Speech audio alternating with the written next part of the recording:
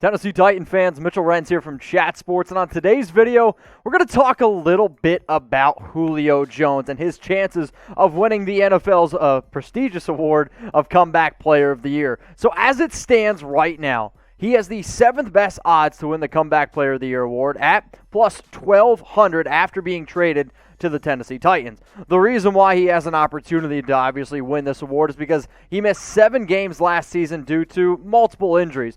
But only playing in 9 games, you were still able to see how dynamic and how great Julio Jones was. So I'll give you my predictions coming up here in a little bit. But let's look at everyone on this list in terms of the best chance to go ahead and win Comeback Player of the Year. Dak Prescott, quarterback of the Dallas Cowboys, at plus 180. No big surprise here that he's leading this list. Not only is he a quarterback, he's the quarterback of America's team. Saquon Barkley over Christian McCaffrey, I actually thought was very interesting. No disrespect to Barkley, but McCaffrey just a few years ago, 2 years ago, led the NFL for receiving among all running backs, over 1,000 rushing yards, over 1,000 receiving. If I was making these odds, I'd actually have McCaffrey over Saquon Barkley.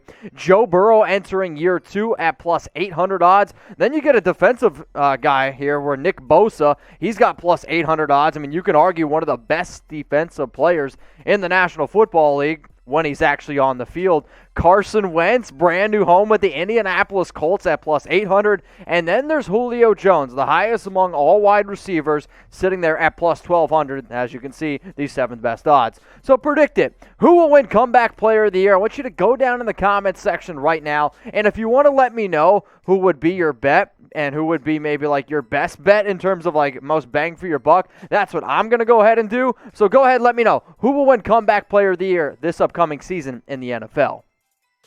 I hate to be super vanilla because I'm always the guy that yells at, if you go to Ben & Jerry's and order vanilla ice cream, get out of my life here, because I want something extravagant. And me taking Dak Prescott here in this scenario is about as vanilla as it gets. It's about as chalky as it gets. But you know what?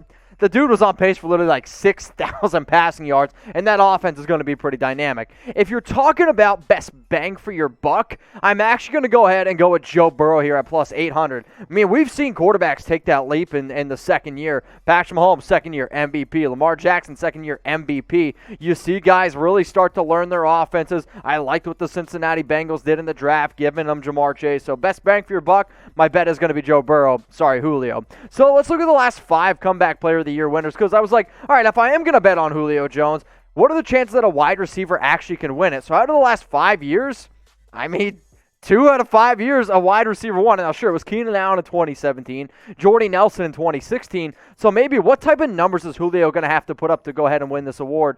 Allen in 2017 had 102 catches, 1,393 yards, 6 touchdowns. Jordy Nelson, he put up 97 grabs, almost 1,300 yards, and then led the NFL with 14 receiving touchdowns. So in terms of Comeback Player of the Year by position, since the year 2000, there have been 4 wide receivers to actually win this award. The other ones were, I believe, Randy Moss, and the other name, unfortunately, is escaping me. But I was actually pretty surprised that behind quarterback, wide receiver is the most common position to win Comeback Player of the Year.